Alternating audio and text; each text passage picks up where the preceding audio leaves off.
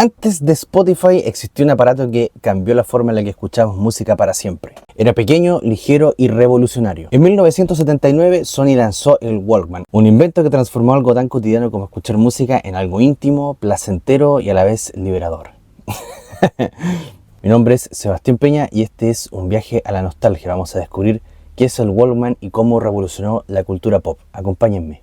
El 1 de julio de 1979, Sony lanza el primer Walkman, el modelo TPS-L2, por 33.000 yenes, unos $150 de la época. Fue una jugada arriesgada, en una época donde escuchar música era un ritual familiar y estacionario. Sony imaginó lo impensado, privatizar esa experiencia y llevarla a la calle a hacerla portátil. El TPS-L2 era básicamente un Pressman modificado, una grabadora usada para periodistas. Pero todo cambió cuando el mismísimo Ibuka Masaru, cofundador de Sony, pidió una versión sin grabación para escuchar ópera en sus vuelos largos, un deseo que terminó cambiando la historia del sonido portátil. El Walkman fue literalmente una idea de pasillo, pero a veces las mejores ideas nacen así, sin comité, sin encuesta, solo una necesidad y mucha visión de por medio. Sony organizó una demostración insólita, jóvenes caminando con audífonos conectados al TPS-L2. El concepto era raro, escuchar música solo, sin radio, sin parlantes.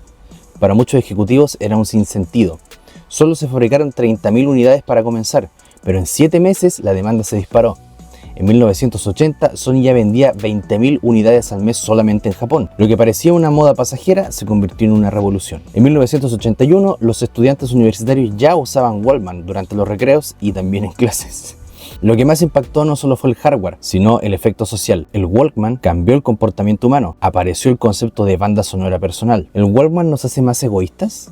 La prensa se llenó de críticas. Aislamiento, individualismo, jóvenes desconectados, sonaban igual que las críticas a los smartphones de hoy. La historia se repite. La verdad es que sí, primero fueron los Walkman, después fueron los videojuegos, después los computadores, ahora actualmente los smartphones. Bueno, la verdad no es algo novedoso esto. Hay mucha gente que cree que, claro, que los teléfonos iniciaron como el aislamiento social, de que la gente se margina, digamos, de ciertos grupos, no quiere compartir con su familia. Esto se vive hace décadas, la verdad. No es novedoso. Con audífonos puestos, caminando por la ciudad, los jóvenes en los 80 vivían su propia película. Cada canción era una escena personal. Febrero de 1981, Sony lanza el Walkman 2, más pequeño, más estilizado y con botones más accesibles. El Walkman 2 marcó el inicio de la personalización. Había colores, estilos, accesorios, ya no era solo escuchar música, era mostrar quién eras. En 9 meses, Sony vendió más de 1 millón de unidades. El Walkman era tan deseado como un reloj de lujo, unas buenas zapatillas y había estatus al tener alguno. El éxito en Japón cruzó las fronteras. En Estados Unidos y Europa se convirtió en un fenómeno cultural. En América Latina es un sueño aspiracional. Para 1986, Walkman entra al diccionario de Oxford. Walkman ya no era solo una marca, era un sinónimo de reproductor portátil. Pero nadie lo hacía como Sony, porque Sony no vendía sonido, sino que te vendía experiencia. Sí, digamos que sí. Sony era experto en vender experiencia.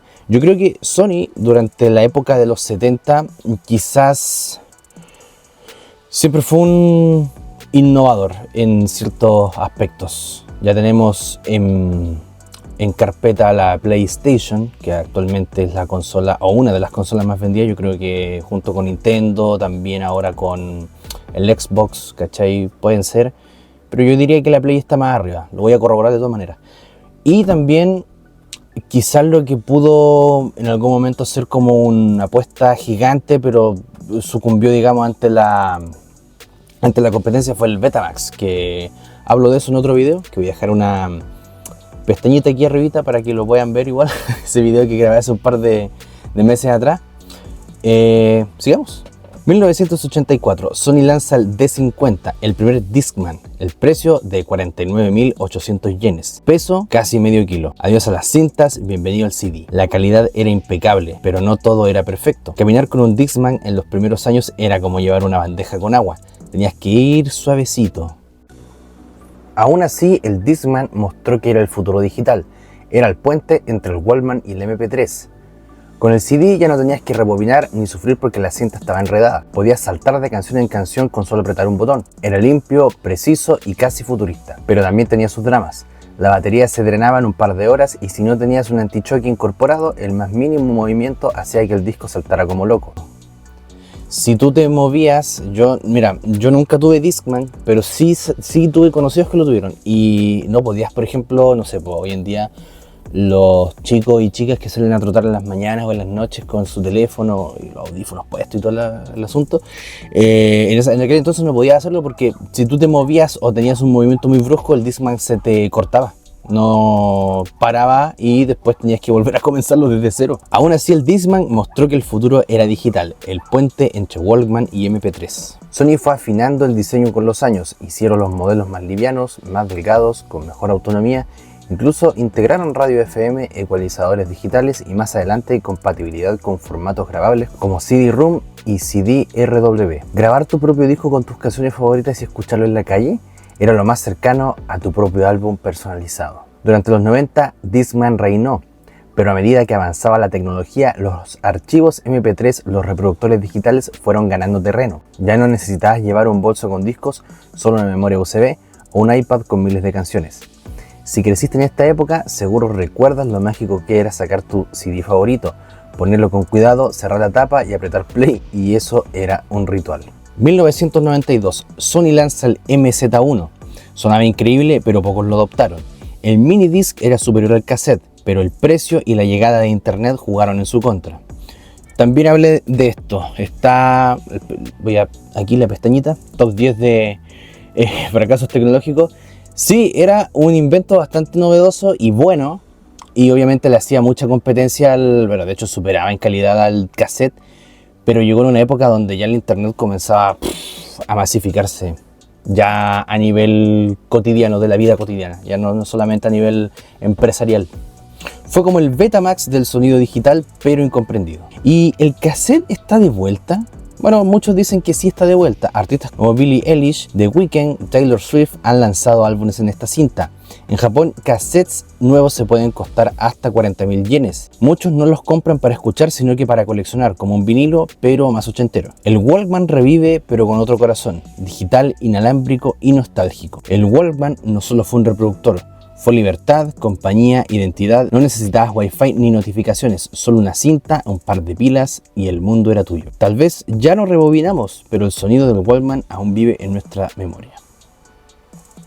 Ante esto, miren, digamos como los inventos tecnológicos actuales, digamos, que se están como modernizando un poco a diferencia de... con respecto a los objetos antiguos, digamos, tecnología de antaño, el mismo Walkman, también las radios, los televisores, todo eso. Hay versiones bastante que son iguales, de hecho, a las de aquel entonces, perdón, pero con ciertas diferencias. Les voy a mostrar algo, de hecho. Miren, esta radio, de hecho, tiene un modelo bastante de los años 40, no sé si 40, 50 podría ser, o 60, ¿cachai? Tiene un aspecto bastante viejo, ¿cachai? Pero es más pequeña y compacta, pero con la diferencia obviamente que está estilizada, digamos, con cosas de la actualidad. Por ejemplo, entra USB, entra para tarjeta SD, ¿cachai? Conexión Bluetooth, MP3, acá tiene conexión para un cable auxiliar, ¿cachai? O sea, a lo que voy con esto es tecnología de antaño que se puede modernizar, obviamente no dejándolo como hace 50 o 60 años, pero sí dejándola como un pequeño recuerdo para aquellos que amaron mucho esta tecnología antigua, para los de la vieja escuela sobre todo.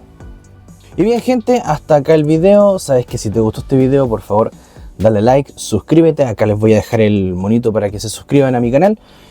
Estamos estrenando un micrófono nuevo, espero que la calidad se escuche mejor. Dejen sus comentarios también respecto a eso. También síganme en mi página de TikTok, que lo voy a dejar acá en la caja de los comentarios. Y nos veremos, gente. Que estén muy bien y que tengan buenas noches.